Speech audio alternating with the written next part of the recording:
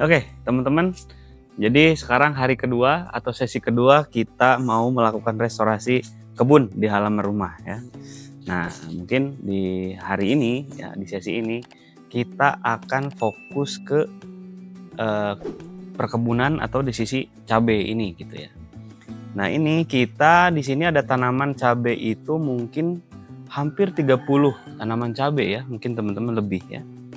Tapi produktivitasnya kemarin kalau kita lihat itu terlalu berlebih kalau untuk mensuplai ya kebutuhan di dapur, sehingga kayaknya memang kita harus putuskan sebagian besar kita akan hilangkan dan kita manfaatkan untuk lahan sebagian besar yang tadi itu untuk menanam yang lainnya, seperti misalkan ada kangkung gitu ya, ada tomat, ada mungkin bayam dan lain-lain untuk kebutuhan sayur lainnya, sehingga bisa benar-benar berputar dan bisa memenuhi kebutuhan di dapur itu ya teman-teman.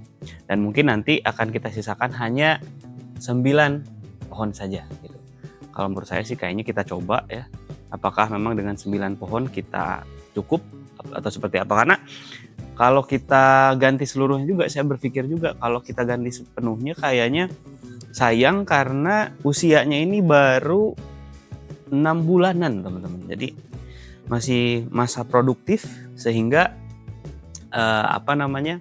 harus kita tetap pertahankan dan rawat gitu ya. Mudah-mudahan dengan 9 yang ada ini masih bisa menghasilkan ya untuk kebutuhan di dapur, karena untuk cabai sendiri memang kayaknya nggak terlalu banyak ya kebutuhannya gitu ya. Oke teman-teman, kita hari ini restorasi untuk kebun cabai. Jadi targetnya adalah kita akan menghilangkan ya sebagian besar cabai-cabai, kita akan berganti dengan yang mempertahankan yang sebagian kecilnya, cuma 9 pohon. Itu teman-teman, ayo kita lakukan restorasi untuk sesi ini.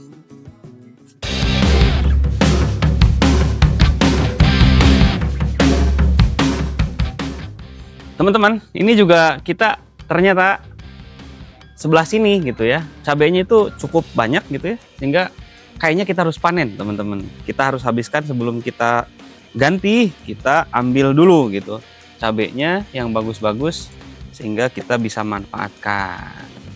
Ini bagus teman-teman cabai-cabainya. Ini cabainya cukup pedes. Saya nggak tahu jenis apa ya cabainya, tapi ini kemarin dikasih teman, tapi bukan cukup, pedes banget. Mungkin kalau teman-teman tahu ini jenis apa bisa tulis di kolom komentar ya.